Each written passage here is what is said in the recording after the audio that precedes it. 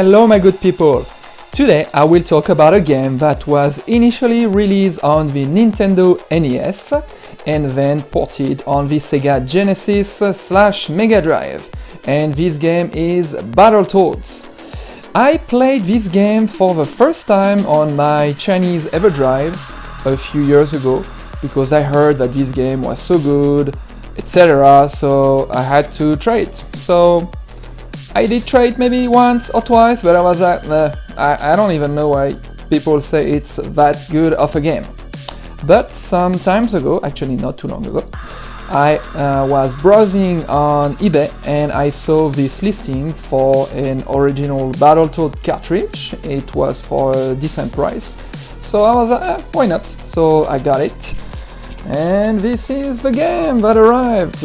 I know the cart is not in perfect shape, but nonetheless I decided to play this game seriously. So I managed to see exactly what people like or what they don't like.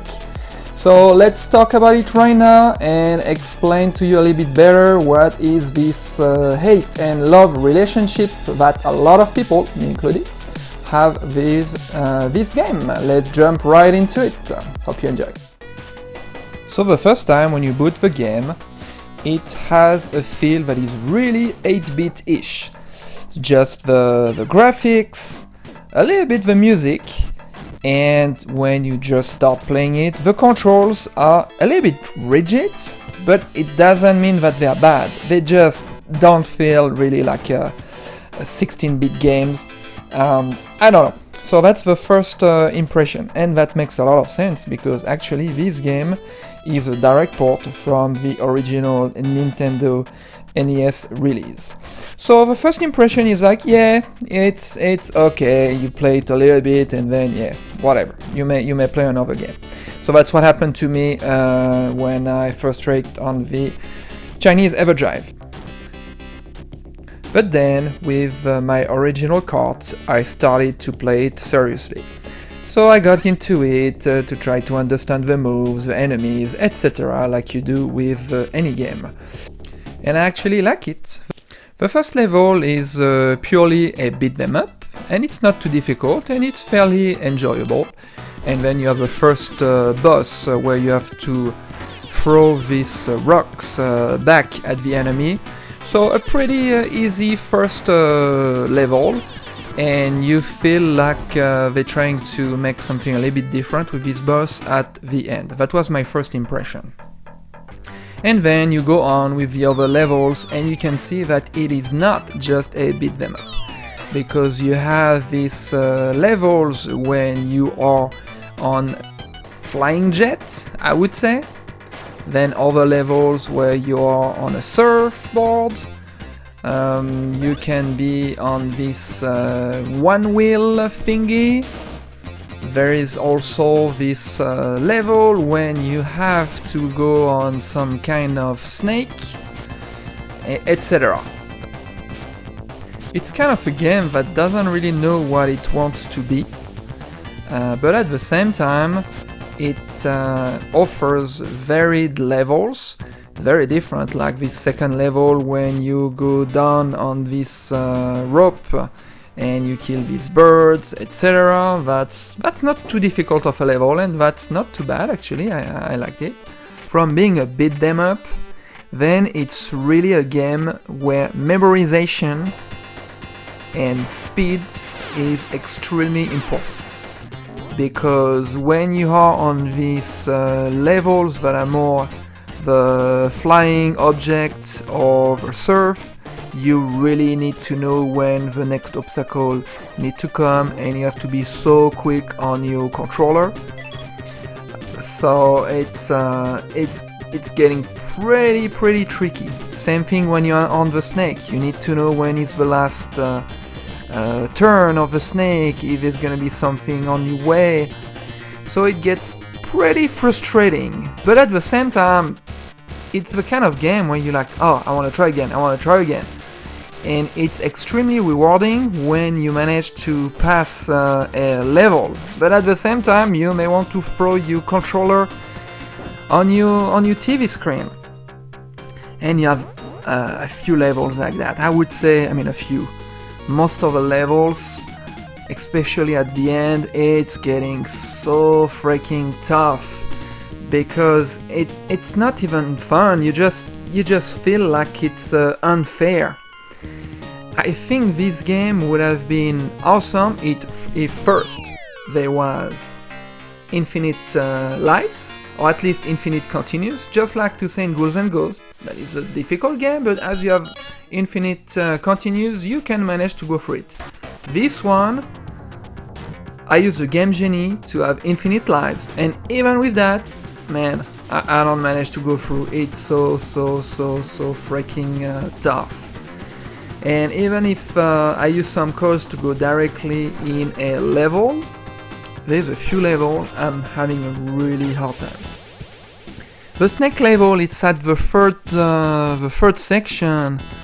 I guess I could manage to go through it, but after trying multiple times, I was like, yeah, I'm done. Then we have a level when you're on this one wheel thing. You just need to know the level perfectly and be super quick with your controller, with the D-pad. And at some point you just feel, I don't know how to say, like your hand may slide, may not be aligned exactly like what you need on the D-pad. I think I managed to go half of the level or maybe 3/4, but it goes forever, so I just can't do it. I don't know, maybe I'm a very bad gamer, but it's way too difficult for me. You have this other level when you have to be under the water. It can be a little bit tricky. And it reminds me, by the way, the second one of the first level in the Ninja Turtles game on the NES. This other level, you have this kind of ball that follows you, but you have to be on time to make sure it doesn't touch you.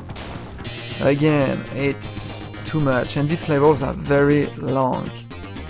However, each time there's some enemies to beat up, in the beat them up sections, they are so easy. That's fine, but they're very easy. And when you have this end level bosses, same thing, they're extremely easy. They are like, you just jump over it, beat them once, and you do it like forever. It's the same thing for the very last boss. It's just a joke. In a way, I would say it can be refreshing after having such difficult levels, but at the end you can just feel that the game is unbalanced. So for me, I think that could have been an awesome game if they would have done in an option screen to have maybe an easy, normal and hard game, meaning that the current one would be the hard game, and to have some other level when at least you have more time to react in some of the levels that I told you before that were too difficult, at least for me. And also to try to have bosses with a few different attacks, so it's not that easy.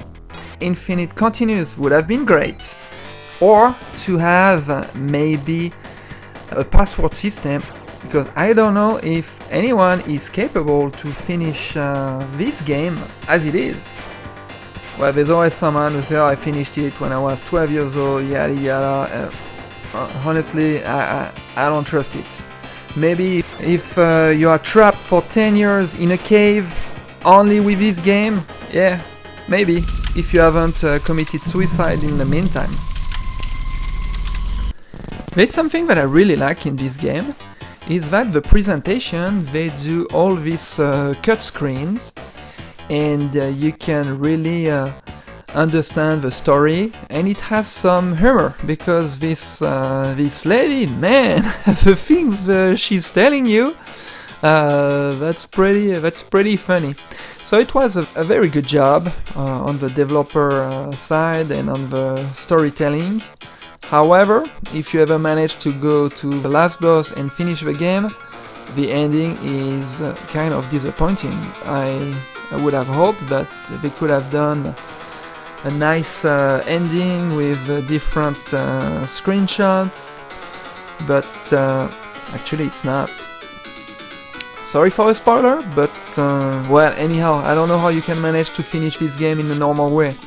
The only way it's maybe to do the level select and you go straight to the last boss and you won't manage to see it for yourself.